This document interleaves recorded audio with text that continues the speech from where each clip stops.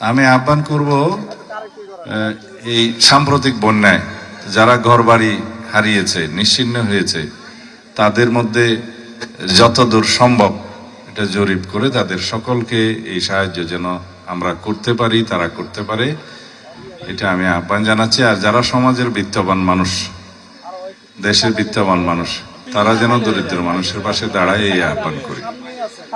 আমাদের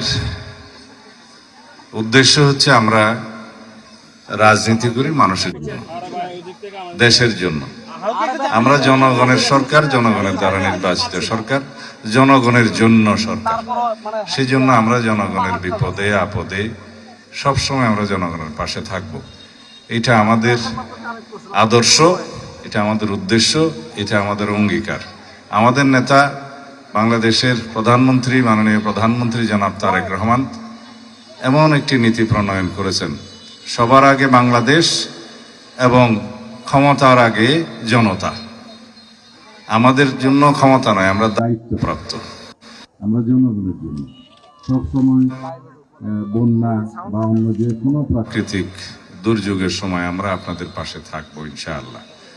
আমরা যারা শুধু ঘরবাড়ি ক্ষতিগ্রস্ত হয়েছে তাদের জন্য নয়, সকল ক্ষেত্রে যারা কৃষক, যাদের ফলন নষ্ট হয়েছে, এখন অবশ্য ফলন আমাদের এদিকে শুরু হয় নাই, বীজতলা নষ্ট হয়েছে বা চারা নষ্ট হয়েছে, তাদেরকে সেভাবে সহযোগিতা করার জন্য আমরা পরিকল্পনা নিয়েছি। কৃষি উপকরণ, সার, বীজ, কীটনাশক সহ সকল কিছু দেয়া হবে। যারা গবাদি পশু এবং মৎস্য চাষের লিপ্ত ছিলেন, যারা বন্যায় ক্ষতিগ্রস্ত হয়েছেন, তাদেরও আমরা জরিপ করে পরিসংখ্যান নিচ্ছি, তাদেরকেও সাহায্য সহযোগিতা করা হবে। এইভাবে সমস্ত জায়গায়, এই স্কুল, কলেজ, মাদ্রাসা, শিক্ষা প্রতিষ্ঠান, সকল কিছু এবং রাস্তাঘাট যেখানে যা কিছু ক্ষতিগ্রস্ত হয়েছে সব কিছু আমরা জরিপ পরিচালনা করে সেগুলো মেরামতের ব্যবস্থা নেব ইনশাআল্লাহ।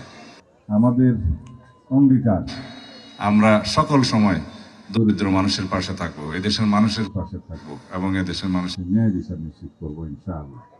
আপনারা দোয়া করবেন, আমাদের মাননীয় প্রধানমন্ত্রীকে দোয়া করবেন। তিনি একটি জনবান্ধব এবং দরিদ্র বান্ধব বাজেট এবার দিয়েছেন, যাতে করে কোনো দ্রব্যমূল্য বৃদ্ধি হয় না। এটা আমরা দেখেছি। আমরা যাতে জনগণের পাশে সর্বতোভাবে থাকতে পারি, সেই জন্য আমরা চেষ্টা করছি। আপনারা দোয়া করবেন ইনশাআল্লাহ। আসসালামু আলাইকুম রহমতুল্লাহ।